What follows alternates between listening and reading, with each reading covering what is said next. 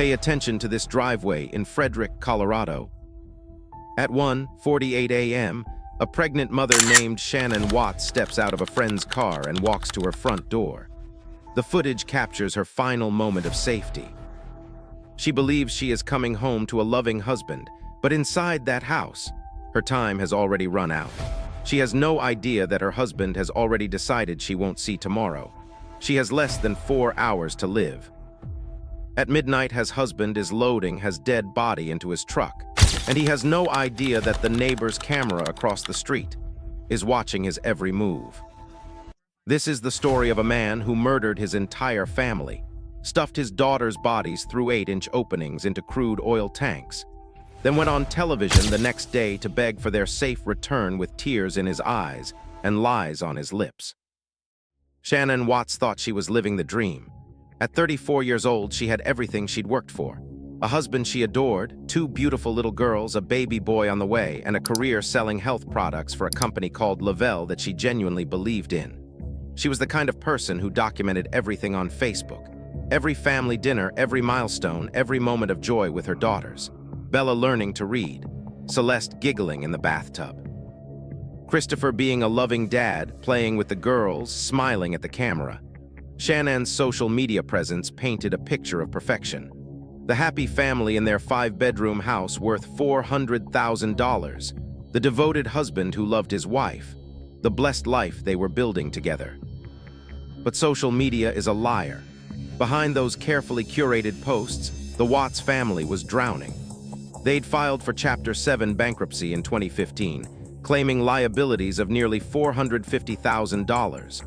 Credit card debt, mortgage struggles, the constant pressure of trying to maintain an image of success while barely keeping their heads above water. Shanann worked hard selling her Thrive products, believing in the lifestyle Lavelle promoted, posting videos about health and wellness and family values. Christopher worked as an operator for Anadarko Petroleum, a job that paid decent money but not enough to dig them out of the hole they'd created. The financial stress was crushing them, but that wasn't the worst of it. Christopher Watts had a secret. He'd met someone at work. Her name was Nickole Kessinger, and she was everything Shanann wasn't. No kids, no financial baggage, no expectations about who Christopher should be or how he should act. Nickole made Christopher feel like he was starting fresh. She made him feel desired in a way he claimed he hadn't felt in years. And Christopher, instead of working on his marriage or being honest with his wife, decided to live a double life. He told Nickole he was separated, nearly divorced, just waiting for the paperwork to finalize. He took her to sand dunes in Colorado for romantic getaways. He texted her constantly, even when he was home with Shanann and the girls. He was planning a future with Nickole, a future that didn't include his wife or his daughters or his unborn son. In early August 2018, Shanann took Bella and Celeste to North Carolina to visit her family for 6 weeks. Christopher stayed in Colorado, supposedly working, but really he was living the bachelor life he thought he wanted. He was with Nickole constantly. They went to restaurants, to museums, to the Great Sand Dunes National Park. Christopher told people at work he was getting divorced. He researched selling the house. He Googled when to say I love you for the first time. He was falling for Nickole, or at least he thought he was. What Christopher was really falling for was the fantasy of a life without responsibilities, without the financial pressure, without the wife who documented everything on Facebook, without the kids who needed him. Shanann knew something was wrong. She could feel Christopher pulling away. The texts between them during those 6 weeks in North Carolina were heartbreaking to read later. Shanann trying desperately to figure out what was happening to her marriage. Christopher being distant, cold, making excuses. She sent him a long, emotional text talking about their relationship, about how they could fix things, about how much she loved him. His responses were short, detached. The kind of responses you give when you've already checked out emotionally, but don't have the courage to say it. On August 10th, Shanann flew back to Colorado for a quick work trip to Arizona. She was gone for the weekend, doing her Lavelle presentations, posting on Facebook about the Thrive lifestyle, trying to make enough money to help support her family. Christopher spent that weekend with Nickole. They grilled steaks together. They had sex. They talked about their future. On August 12th, Shanann flew back to Colorado from Arizona. Her friend Nickole Atkinson picked her up from the airport around 10:30 at night. They talked during the drive home. Shanann was worried about her marriage. She told Nickole that Christopher had been different, distant. She was scared he was cheating. She was pregnant and exhausted and confused about why her husband seemed to hate her suddenly. Nickole dropped Shanann off at 2825 Saratoga Trail at 1:48 in the morning on August 13th. Ring camera footage captured Shanann walking into her house, carrying her luggage, looking tired. Christopher was awake when Shanann got home. They talked, or argued. Christopher later claimed they had an emotional conversation about separating, that Shanann got upset that things escalated. But here's what the evidence actually shows. At some point in the early morning hours, probably around 2 or 3 a.m., Christopher strangled Shanann in their bed. He used his bare hands. Shanann was 15 weeks pregnant, exhausted from traveling, probably asleep when he started. She fought back, but not for long. Christopher was stronger and he had surprise on his side. The autopsy would later show that Shanann died from manual strangulation. She had defensive wounds. She knew what was happening to her in those final moments. She knew her husband was killing her. Bella woke up, 4 years old, probably needing to use the bathroom or hearing strange sounds from her parents' room. She walked in and saw her father doing something to her mother. Christopher later admitted that Bella saw Shanann on the bed, blue and unresponsive. Bella asked, "What's wrong with Mommy?" Christopher told her that Mommy wasn't feeling well. He told Bella to go back to bed. Whether Bella believed him or not, we'll never know. But she listened. She went back to her room. Christopher had a problem now. He'd murdered his wife, and his daughter had witnessed at least part of it. He'd been planning this, or at least thinking about it, for days. Christopher loaded Shannon's body into his truck. He claims he put her on the floor of the back seat. Then he did something that still makes investigators sick to think about. He woke up Bella and Celeste. He told them they were going on a little trip.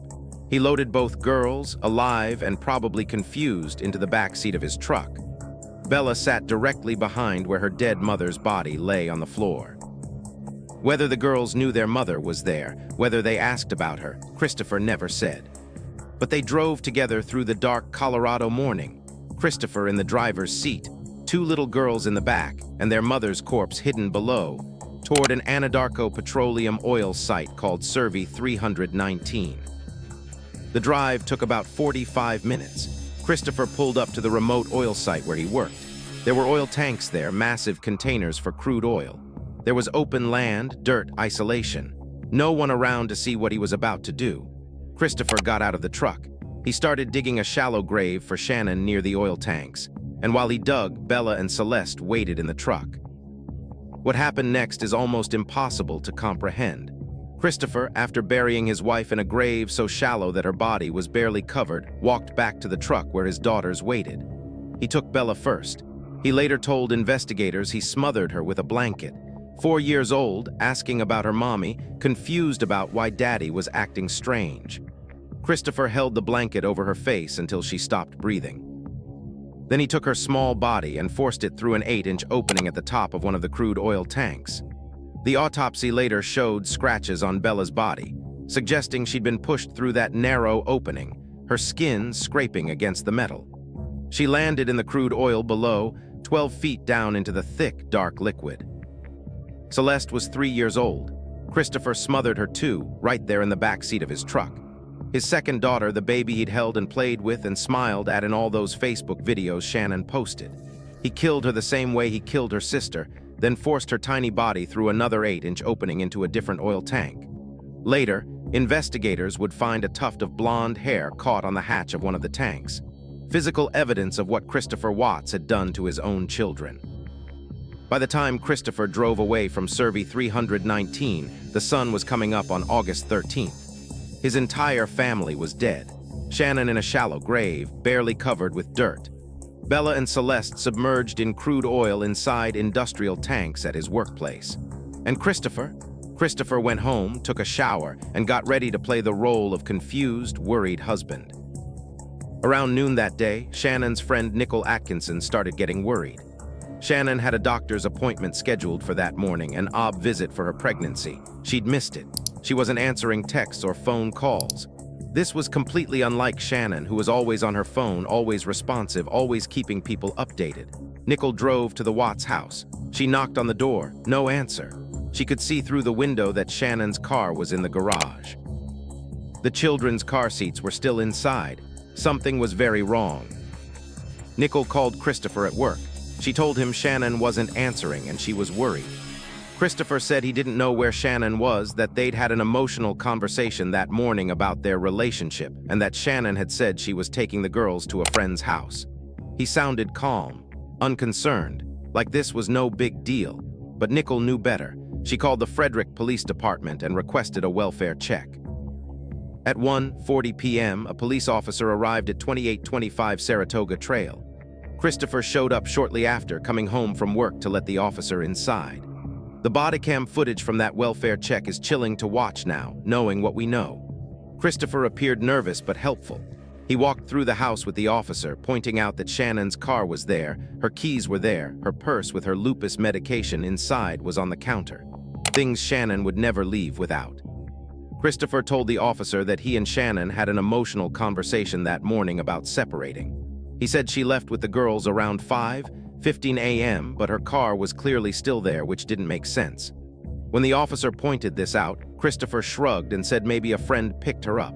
He seemed confused but not frantic, not like a man whose pregnant wife and 2 young daughters were missing. The officer asked if they could check Christopher's truck. Christopher hesitated, then agreed. Inside the truck, on the back seat, the officer found Shannon's phone wedged in the cushions. Christopher claimed he had no idea how it got there. By August 14th, the FBI and Colorado Bureau of Investigation had joined the search. This wasn't just a missing person case anymore. This was a potential crime.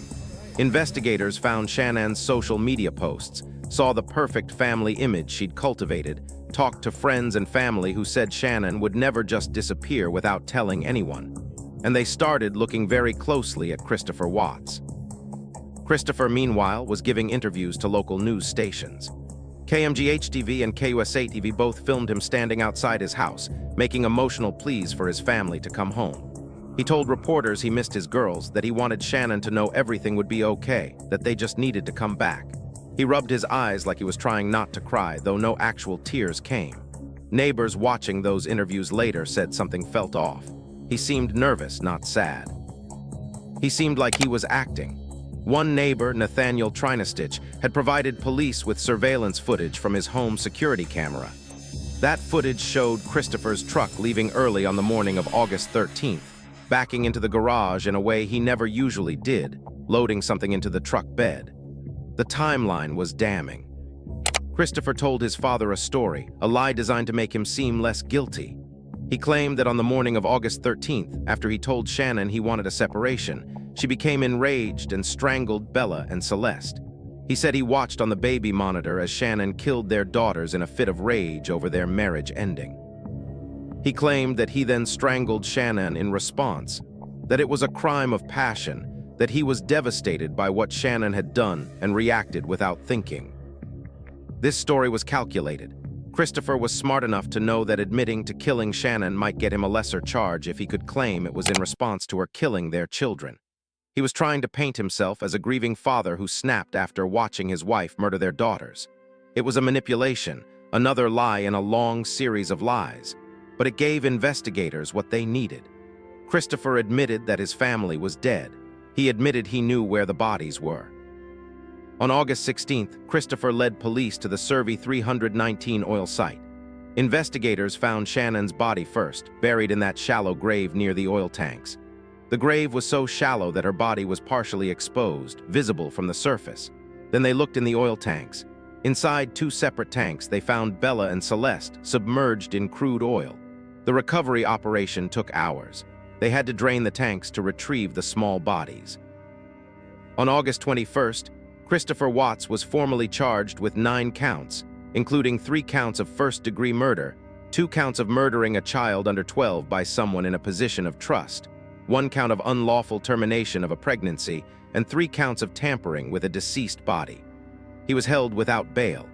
And suddenly, the story of the missing Watts family became international news. The perfect family from Facebook, the social media posts showing happy children and a loving marriage, all revealed as a facade hiding something evil.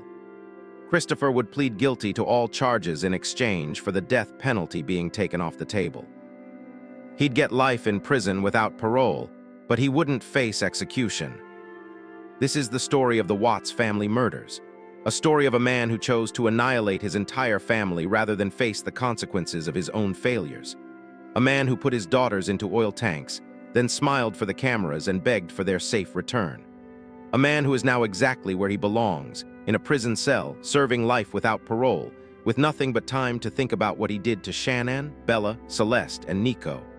The surveillance cameras captured Christopher loading his truck. The GPS tracked his trips to Survey 319. The forensic evidence proved exactly how each victim died.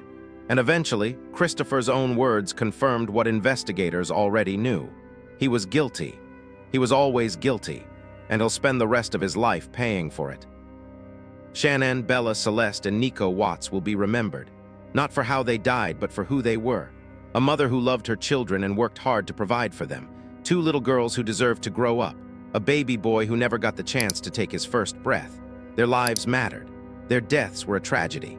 And Christopher Watts, the man who took everything from them, is nothing more than a footnote in their story. A reminder of what evil looks like when it wears a familiar face.